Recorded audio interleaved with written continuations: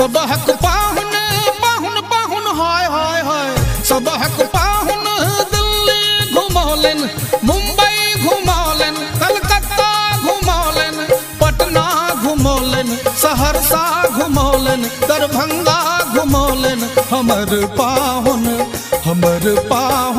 अंगने में घुमौलन, हमर पाहुन